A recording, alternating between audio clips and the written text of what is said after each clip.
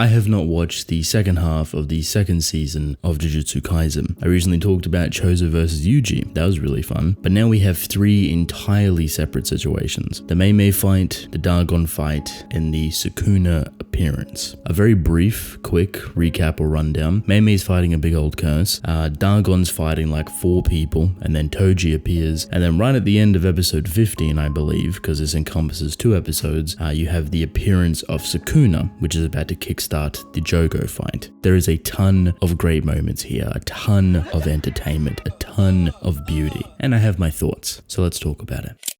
Starting off, the Mei fight. Not necessarily the biggest fan of it. There's no real reason why I dislike it. I think it's more so where it's wedged in between. It feels very quick, very kind of out of place. Jumping from Chozo and Yuji to Dagon, right in the middle there, you have like a 2-minute section of Mei fighting this curse. It's not the most entertaining thing, and that's, again, not a bad thing. It shows you a little bit of Mei, it shows you a little bit of her brother, it shows how she handles this curse, and it's enjoyable within its own right. For me personally, just where it's put feels just very off. That is okay, I can get past that, because what it does have to offer is a really cool visual identity that I really enjoy. See, Shibuya has been extremely dark, brooding, very depressing, melancholic, everything, right? The Mei fight kind of refreshes that palette just a little bit. Instead of looking at, subway walls or crowded platforms of people, you have an old school kind of foresty Japanese vibe filled to the brim with horror.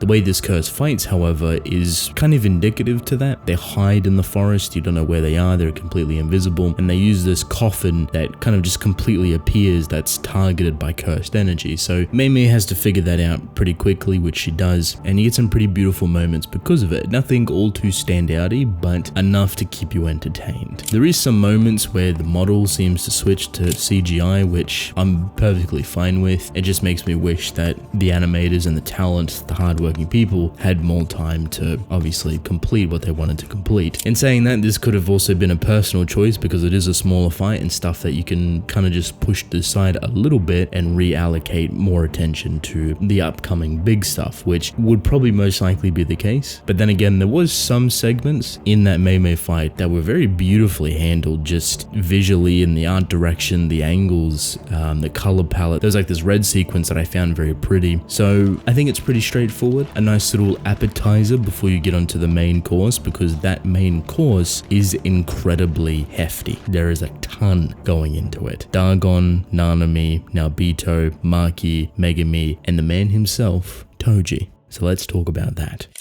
This fight has 2 separate phases, the first being on like a platform in the subway, and the second in Dagon's domain. Similar to the Mei fight when it comes to the visual palette, I love Dagon's domain. It's so bright and bubbly and vibrant. It's such a great change of pace for Shibuya with how depressing it is. So seeing all of this action go down on a beachfront on the ocean just feels great. It's very different to what you would expect, but then at the same time, you don't actually expect it to happen. Like, you're going into the Dagon situation with one form, which tiny little octopus fella, and then he has big beefy man form, and it's like, okay, now things are getting serious. This fight is really impressive on a lot of fronts: strength, narratively, thematically, symbolically, yada yada yada. Dagon is strong. You might not have thought about it, you might not have expected it, but he's going up against pretty powerful individuals. All 3 of them are stuck in his domain. The variety you get in fighting styles are kind of similar, but their method of approach is very different. Now, Naobito is full reliant on speed and frames per second, which is his technique. Obviously, you have Nanami, who using hand-to-hand combat with his little cleave, and then Maki going in with hand-to-hand combat and whatever tools she has. They all have different experiences, but going up against Dagon, who has this wide arsenal, is a bit too much of a challenge for them. The only saving grace that they had, and luckily enough so, was Megumi, who managed to creep in through the domain and make it unstable so the sure hit effect wouldn't actually go through. So this throws a whole wrench, right? This is the opening, get a great idea with what's going on, the location, the domain, the abilities, pretty much how overwhelmed they all are.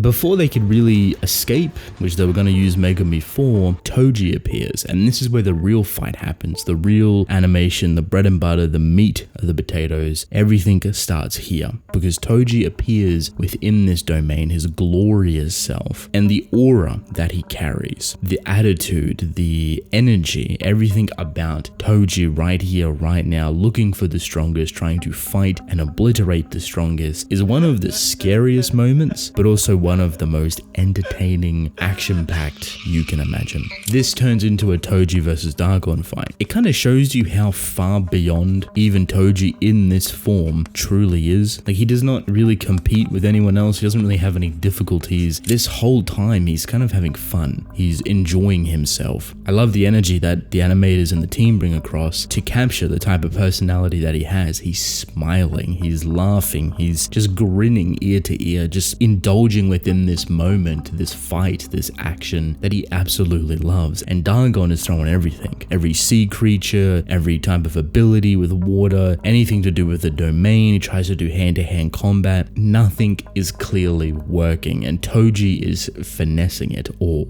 And if he's not finessing it, he's taking it head on and just tanking it like he would. Beautiful. There's so many segments in here that you could point out that have so much motion, so much variety, so much beautiful animation and art direction going into it. A personal favorite of mine is when he has the Cloud Buster or Cloud Striker, whatever they're called, the special grade tool, and he's just going in, flinging it around, running across the water, flying towards Dagon. Nothing is stopping this man. They had to get really creative with the water. If you were to compare these two environments, right, water, bit of a shoreline, sometimes even the air, compared to, you know, a full closed bathroom or a room or a subway station, you have a lot more things to kind of work with within the subway station. You have walls, you have ceilings, you have different angles and corners and covers, right? This is just an open field, basically. This is just water. It's even more difficult, you know, half of these characters can't even stand on water like that. That's, you know, so how do you elevate that further? Well, you give Toji enough speed and he can just run across the water. He's fast enough to basically teleport. There's even a point where he's walking on the ocean floor. He makes waves. He punches through those waves. He takes Dagon up into the sky and throws him back down. Like, all Dagon is trying to do basically is survive. And he has all of these massive creatures that either spawn out of him, but also ones that spawn out of the water. So you have 2 points of like fight and contact. You don't know where they're going to come from, and that does not bother Toji one bit. He's able to handle it, obliterate it, and move on, march forward with ease. He steals the show. You can't help but just love it. So incredibly entertaining, and with that visual palette being so bright and vibrant for the first time in a long time, it really sells it home. But of course, the result is as you expect. Dagon gets killed. Pretty brutally too. Toji does not hold back. Like, there's a difference between killing him and then what Toji done, which was like a massacre. Did not hold back. Basically punched him to death as hard and fast as he could. What more could you truly ask for? I love the little segment after because you feel kind of safe, kind of okay, even though they're worried about Toji, but he disappears in an instant with Megami. So you're kind of like, alright, we're kind of in a nice easy moment here. These characters are safe. Well, they're not, because Jogo appears, and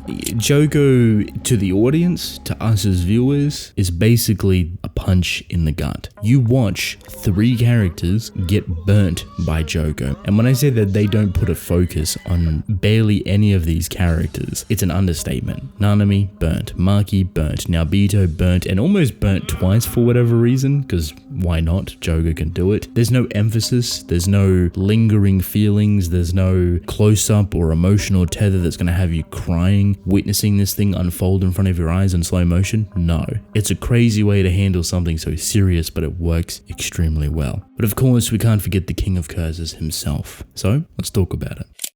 I find Sukuna really funny. I think he has this attitude that is so unknown within the Jujutsu Kaisen universe that because he's so strong, because he's so powerful, he's kind of oddly playful in a way, and not too coyish or childish, but just the attitude that he has towards people, things, whatever it may be, is so far removed from his realm of just possibility and of acceptance, of acknowledgement, that he does not care. And he's strong enough to be like that. He's he's back in a pretty flashy way. He throws the biggest slash at these people just to make them bow. Egocentric, ego-fueled, you know exactly what time Sukuna is on. These girls are panicking, they don't even sure what to do. And then even Jogo, super worried as well. He's sweating, he just got the top of his head circumcised. So that presence, that overwhelming, intoxicating aura that Sukuna has, is so beautiful. They showed that so incredibly well, and everything that's going to come after this moment, I assume is just going to ooze with such beautiful